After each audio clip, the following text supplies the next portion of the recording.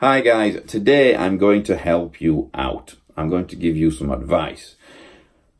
If you are moving from something digital or solid state to a tube amp, then you're probably about to blow a lot of money and you want to get that decision right, and you're worried about lots of different things like getting the right amp for yourself. I've wasted tons of money on crap tube amps that really are not worthy of even being called tube amps because they don't react like tube amps and they have no dynamics. Okay, so what makes a good tube amp, like a legendary good tube amp, is like what I would call a dual rectifier.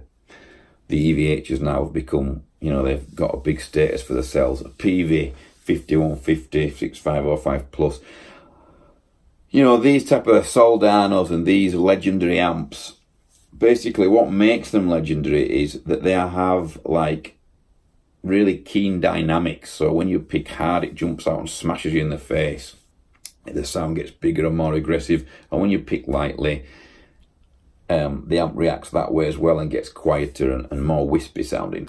And this is crucial for a good tube amp. Some tube amps out there, just because they've got tubes in, it doesn't mean they are a good amp, because if they're not dynamic to your picking, then in my opinion there is no point them calling themselves a tube amp. It's just a waste of time. What I will say is, if you are choosing a tube amp, I'm full of cold by the way, and it's your first one, then you need to look at how you play.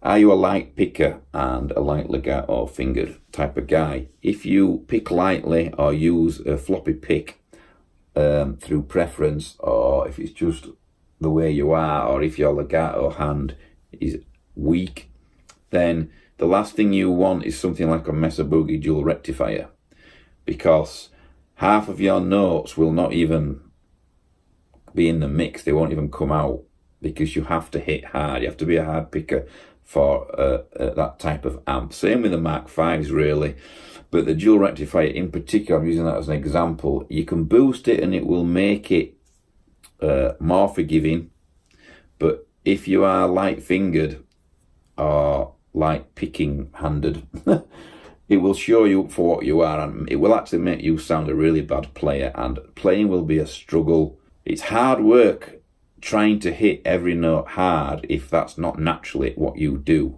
especially when you stood up playing.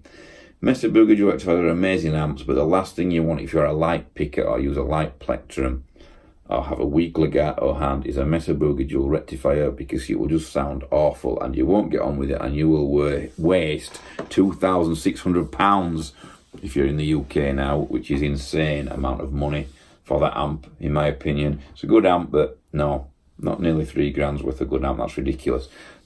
If you are like a medium picker, okay, then EVH and PV and Orange make amps that basically are very open sounding, have dynamics, so they react to your picking and your legato, but they don't react in such a way that if you pick something too light or play a bit scrappy, that your notes will be completely missing from the mix, like almost like someone's just flicked standby. That's the route that I would go down if I was a medium picker, which is what I am and what I like. I get on all right with the Mesa Boogie dual rectifier. In fact, I love it quite a lot actually, but I need to boost it because it's too much hard work without that boost. It's really hard work to play for me. Same with diesel actually, especially the VH4. That's hard work to use as well without a boost. If you are a super light picker and you are still searching for this tube amp, then you're going to have to go with a really compressed type of tube amp, type of tone, like an Engel, something like that. I don't like Engels that much because they don't have that dynamic reaction like what I want from a tube amp. That's, in my opinion, what you're paying your money for, is the dynamics, the picking dynamics. And if it doesn't have those, then I'm not entirely sure why you're spending all that money. But I guess if you want a tube amp and you really want one, then if you're a light picker or use a light plectrum or a bit of a scrappy player, Engel or the Marshall JVM or DSLs, they are good amps that are not, they're more forgiving, okay? And you're playing, you won't sound crap, basically, when you're playing it. You're not going to have enough balls to take over the mix in a rehearsal room like you would with an EVH or a PV or a Mesa or an Orange or a Soldana or a Bogner. But you still will have a decent metal tone, high gain tone. So that's something that you really need to consider before you go out and buy a tube amp. What's your picking style like? What's your legato hand like? Are you a bit scrappy, a bit scruffy?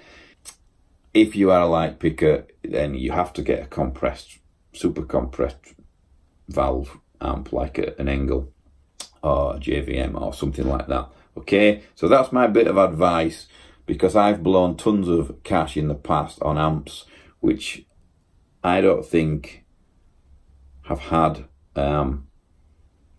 enough dynamics in the way they are put together. Their tones have not, had enough power. I've tried to record Engels, and when you put them next to, say, any of the other amps that I've just mentioned, they don't stand up as well in the mix. They still sound good, but they just don't sound as big or as ballsy or provide that thump or that projection of the sound, like when it makes your trousers flap and stuff. They just don't provide that. If you are going for an Engel, then the Invader is quite a good one. That's got a bit more dynamics and a bit more punch than some of them. The Savage and the Blackmore as well have both got more punch and more power than, say, the Fireballs or the Powerballs. The Powerball, what I tried to record with, was particularly, it was a bad letdown. It sounded particularly weak. And also the Fireball 60 with the silver face. That one also was a bit of a big letdown. The newer Fireball is a bit better with the black face. I think it's the Fireball 100. That is a bit better. But yeah, they're very compressed sounding, and it's kind of, when you record that amp and you give it to a producer, you can't do much with that tone. Whereas if you record, say, a PV or an EVH or a Mesa, there's tons of things he can do in the mix with your tone. Whereas an amp that's already compressed has to be accepted for how it is, really. So that's it. That's my advice if you're buying a tube amp. Check out your playing style first. Go play through the amps. Crank them up, somewhere over 2 for definite. And see how they feel when you're playing. When you play a tube amp on a really quiet volume, some of these dynamics aren't there as much, which is why people say tube amps need cranking. So just crank it a bit, somewhere up there, over 2, wherever, 3, 4, if you can get away with it. They need to be cranked. If some of your notes are missing and you sound scrappy, that's because that amp is not for you. You're not picking hard enough. It's not a bad thing. I know a guy that plays super, super light, and he owned a Laney Ironheart. Is it an Ironheart? Yes, it is an Ironheart. And he liked it a lot, and it sounded great in the bedroom. Then when he got into the rehearsal room, it was shit. And he phoned me and he said, "Can you sort this amp out? You need to come and dial this tuning." Because although he's an amazing guitarist, he can't dial an amp in. So I turned up, I made it sound a bit better, but it wasn't a very good amp, unfortunately. He then moved on to a PV, and although he was a light picker, he got away with that PV and loved it. It was a 6505 and he loved it, and he got on fine with it. Had he gone and bought a Mesa with that light, shreddy hand, he would have struggled, in my opinion. So that's it. That's my advice. Take it on board. Don't blow your cash until you know you've got the right amp for you. Back in the day, I've only owned PVs, Messes, EVHs over the last 7 years.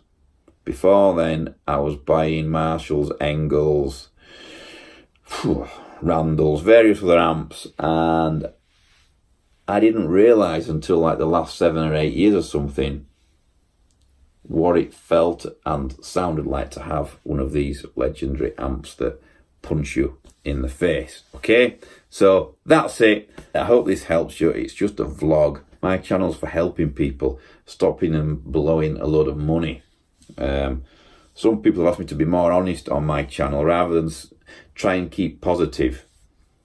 If there's some gear that I know's shite, they've said they want me to tell them, and I don't know whether I'm going to do it yet. Anybody who knows me personally knows I am very, very honest, and people can be offended by how honest I am. So I try and rein it in on my channel. I try to be positive and keep my channel positive and a nice place with no arguing, etc. But I have wasted money on some gear that's just been crap, you know, and I am willing to come on here and tell you if I think it's crap, but I just don't want to upset anybody on my channel. I need to go because the dogs are going mad. See you soon. Hope this helped.